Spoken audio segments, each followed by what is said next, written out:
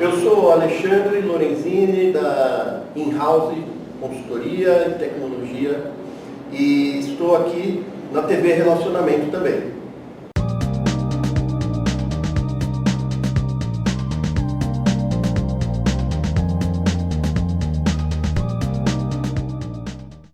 Olá, internautas, iniciamos mais um programa Gestão Executiva. E hoje estou radiante porque temos aqui uma profissional de primeira linha, aquelas que a gente conhece, admira e respeita. André, obrigada. Muito obrigado, viu? Obrigada. Demorou um pouco para a gente marcar a entrevista porque você é muito ocupada e viaja bastante, né? Perfeito, né? Para mim é uma honra estar aqui com você. É Eu adoro o seu trabalho, andei dando uma olhada. Muito lindo o trabalho, eu agradeço, viu? Obrigado. André, conta um pouquinho para os nossos internautas onde você nasceu e a tua trajetória profissional junto com a escolha da profissão. Tá bom. Eu sou paulista, nasci aqui em São Paulo.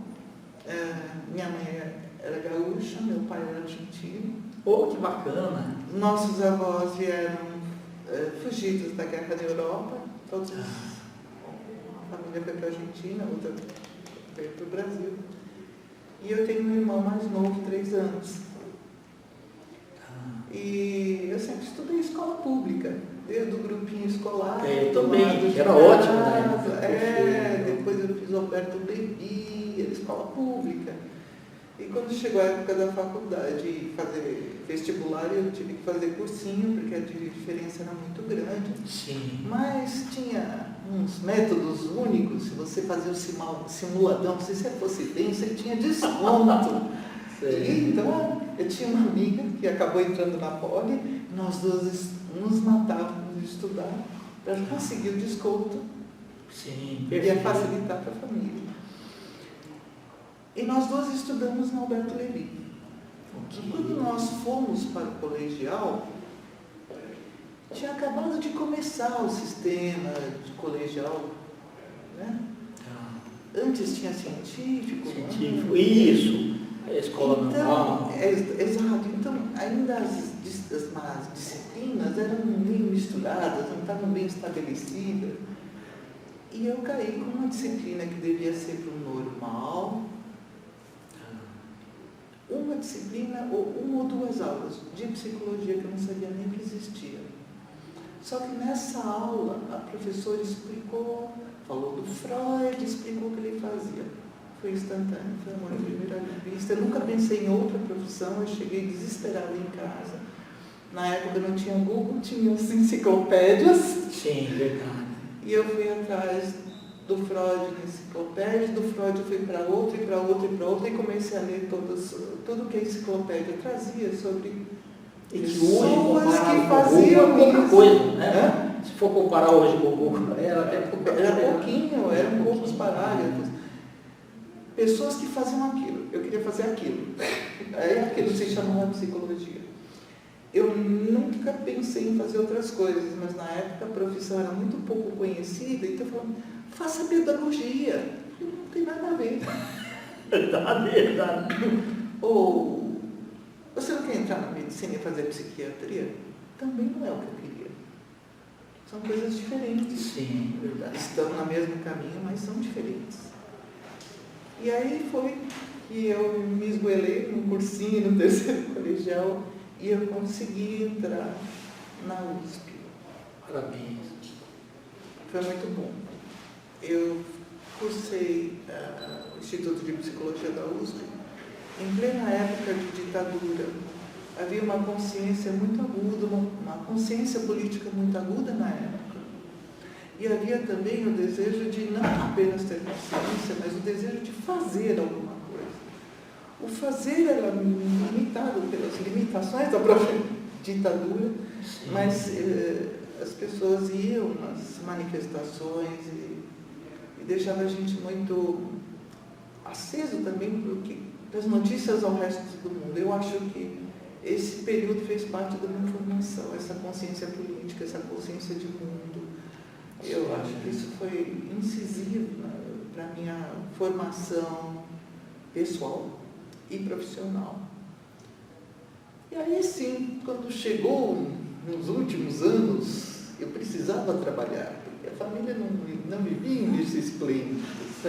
E apesar da minha paixão pela psicologia clínica, eu precisava de um emprego que pagasse, desculpe, conta tem que ser paga. Lógico.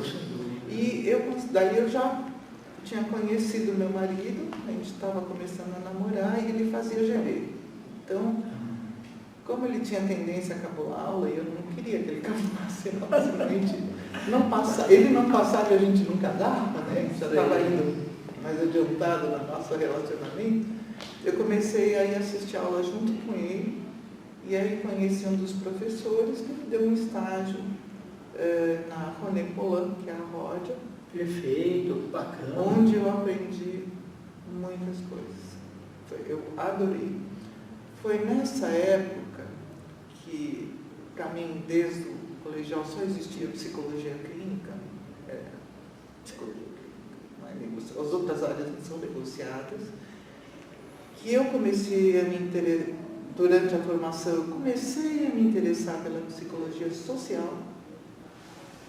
E a psicologia organizacional faz parte da psicologia social, porque é a organização de grandes grupos, né? Exato. Então, desculpa.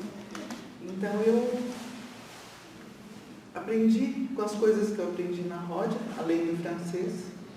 E a primeira tarefa que eles me deram foi coordenar as bolsas de estudos em francês. Eu dei uma bolsa para mim. Que bacana, legal.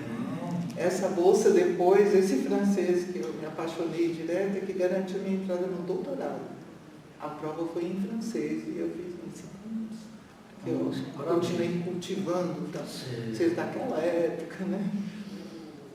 E foi isso. Daí, em pouco tempo depois, nós nos casamos, meu marido teve uma promoção, foi para Campinas, aí nasceu o primeiro filho, aí eu fiquei desempregada.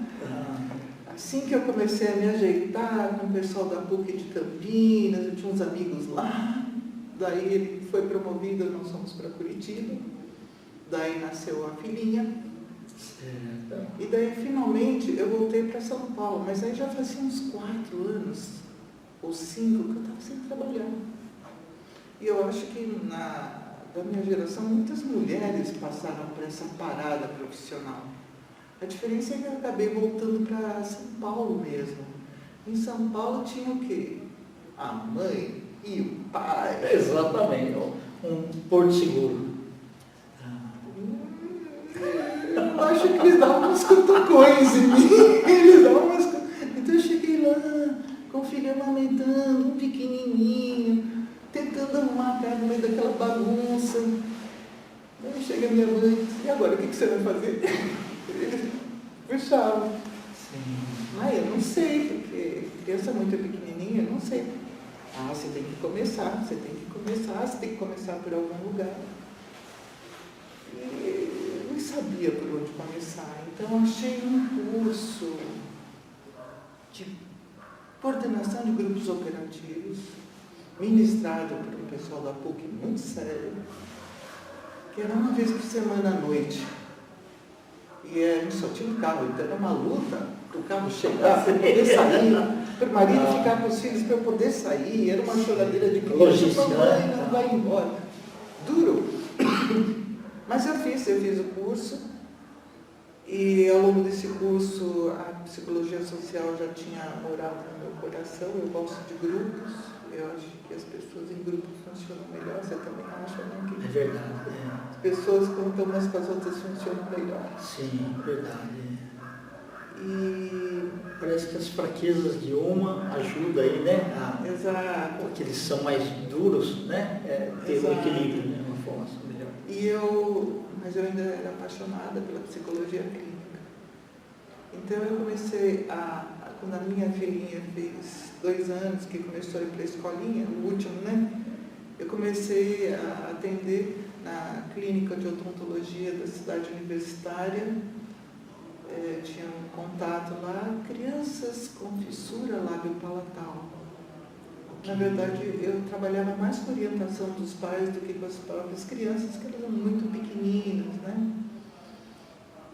E, de repente, as crianças começaram a sumir e começaram a aparecer adultos sem nenhuma deformidade facial. Era bucomaxilofacial, tinha pessoas com deformidades. Certo. E a queixa era dor. E daí vamos ver qual é a origem dessa dor, se tem um fator psicológico nessa dor. Eu comecei a ficar frustrada, porque eu não conseguia ajudar essas pessoas. Elas falavam para mim, ai doutora, quando eu entro aqui, eu fico sem dor. Eu saio daqui, eu fico com dor. Você podia falar, então, Mas eu dormi aqui. Né? Não dava, né?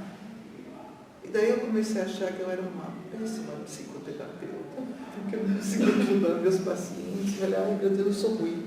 Não adianta fazer isso, não adianta ler livro, não adianta nada se você não faz o que você veio fazer. Então, eu, na verdade, como eu já estava dentro da série universitária, eu fui até a faculdade de odontologia, entrei na biblioteca, falei com os professores. Eles sabiam, eram pacientes com disfunção de ATM ou dores orofaciais, como se chama hoje, né? Certo. Transtorno crânio-mandibulares, como se fala hoje. Eu fui falar com os professores, eles sabiam tudo da área deles, não sabiam nada de psicologia.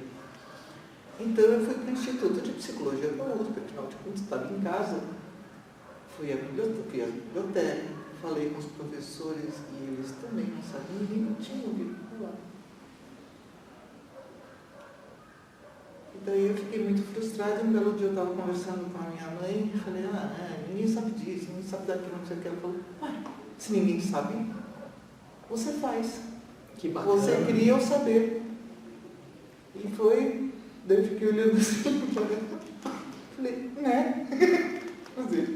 E assim foi que eu entrei no mestrado, no Instituto de Psicologia da USP, através da psicologia social, porque era uma escolha minha. Ok. E aí foram anos estudando as pessoas com transtornos crânio-mandibulares, de uma perspectiva psicológica que não era comum na época. Sim. E uma pesquisa em campo mesmo, né? Ah, sim, com os pacientes da clínica psicológica, da clínica odontológica. Então, eles cederam os pacientes com modelo USP, né, como grupo controle, tudo tem direito, né? Só que assim, o meu orientador, que eu trabalhei em respeito até hoje, me ajudou muitíssimo. Ele tinha acabado de chegar da Alemanha e ele era altamente especializado em estresse.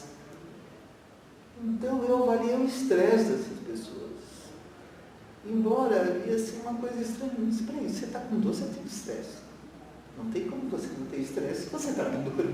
Mas eu fiz todo o trabalho teve nota máxima, louvor, justiça, que eram os enfeites que eles punham na época, mas eu não quis fazer o doutorado, porque aquele trabalho não me ajudou a ajudar melhor os meus pacientes, ajudou um pouco, tá? Eu tinha uma compreensão maior dos problemas envolvidos, mas não era estresse.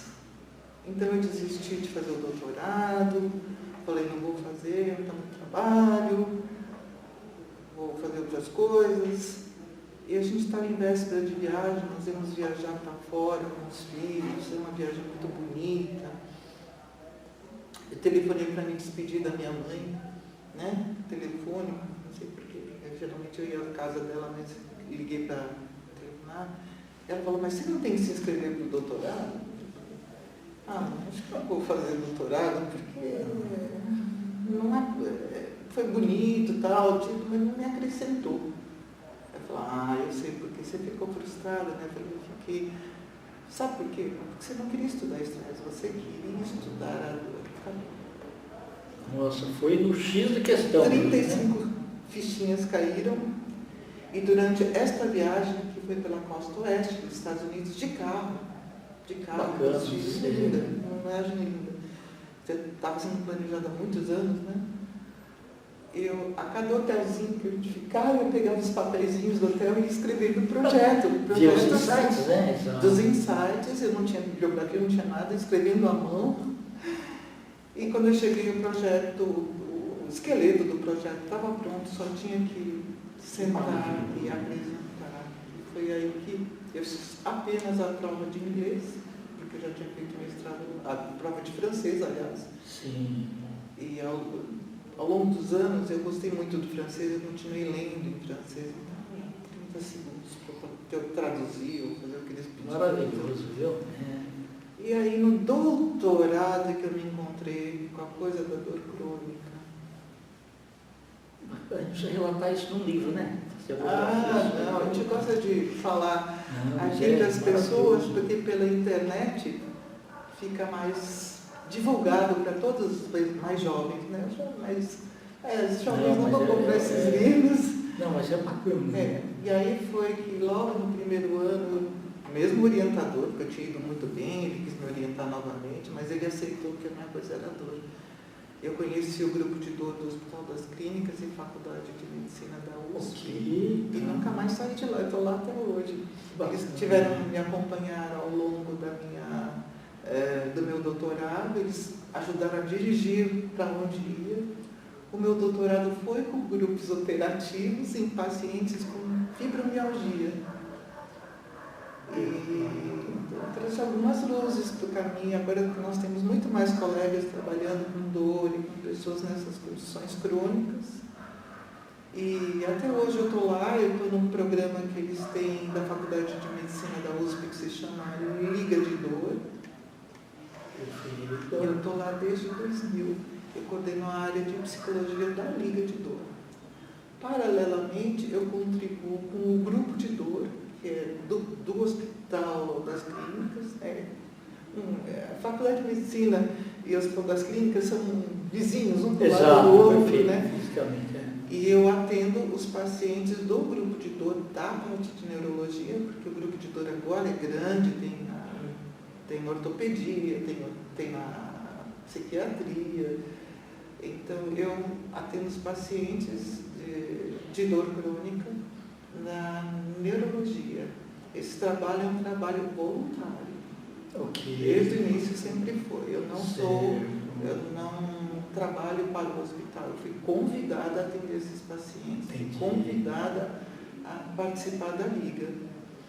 Mas eu adoro, né? Porque ao longo do tempo eu falei em congresso, eu participei escrevendo capítulos de livro, participei em pesquisas dos médicos que precisavam ter uma visão psicológica também, que ia lá e fazia avaliação dos pacientes, aprendi muito com todos eles e eles foram muito abertos. Não é muito fácil para algumas profissões que têm alto nível de sofisticação técnica encarar a subjetividade na qual navegam os psicólogos. Nós trabalhamos no campo da subjetividade. Então, tive a oportunidade de escrever um livro. Que legal. Não esqueci de trazer, vou trazer para você. Tá bom. O livro se chama Psicologia da Dor. Foi feito com todos os colegas que fizeram mestrado e doutorado na área de dor. Eu só coordenei o livro, tem capítulo também, mas eu coordenei a construção desse livro. E o meu ganha-pão hoje é uma clínica específica de dor no meu consultório, mas ele é aberto para outras pessoas com condições crônicas, como doença de Crohn. Né?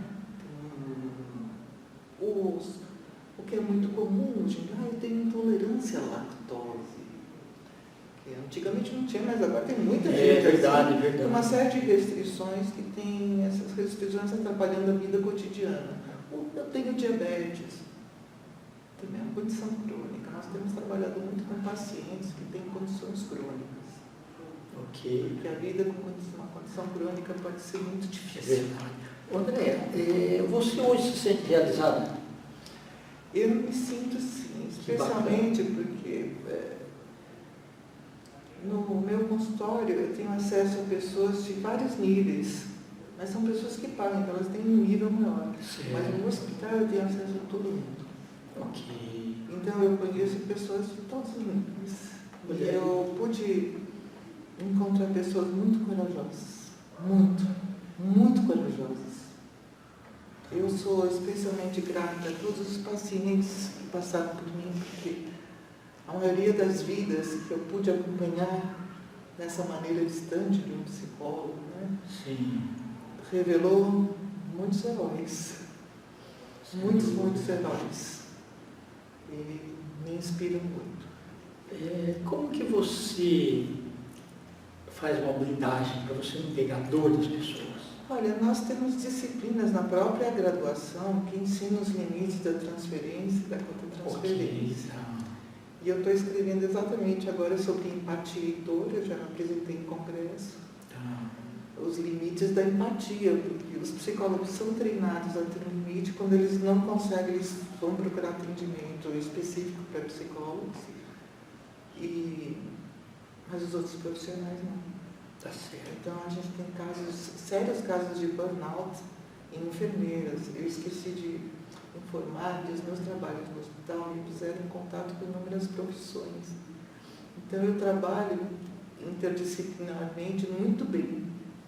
Eu trabalho com enfermeiras, fisioterapeutas, médicos de várias especialidades, dentistas.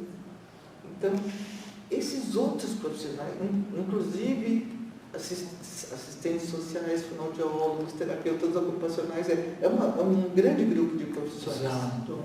E como a dor é multidimensional, ela precisa de um monte de profissionais. Perfeito. Então, estes profissionais não têm esse treinamento do limite. E o profissional que eu vejo que mais sofre com isso são os profissionais de enfermagem, essenciais, mas eles têm muito burnout. Eles sentem sofrimento com os pacientes. João, graças a Deus, você foi iluminada, direcionada pelo teu caminho, para poder seguir o caminho certo, tá? Eu quero que você volte outras vezes aí, tá bom? Terei o maior prazer. Foi assim, uma entrevista maravilhosa, muito humana, né? Muito tocante. Obrigada. Tá? Eu queria que você deixasse seus contatos. Pois não. Meu nome é Andréa Portnoy. Meu celular, eu falo com todo mundo pelo celular. 11 99 99 8259. O meu consultório fica na Rua Padre João Manuel, número 222-119. E o meu site é www.andreaportnoy.com.br. Perfeito. Eu agradeço a oportunidade. Internautas, os agradecimentos então a essa fantástica profissional, Andréa Portnoy. Nós finalizamos mais uma Gestão Executiva. Grande abraço e até a próxima.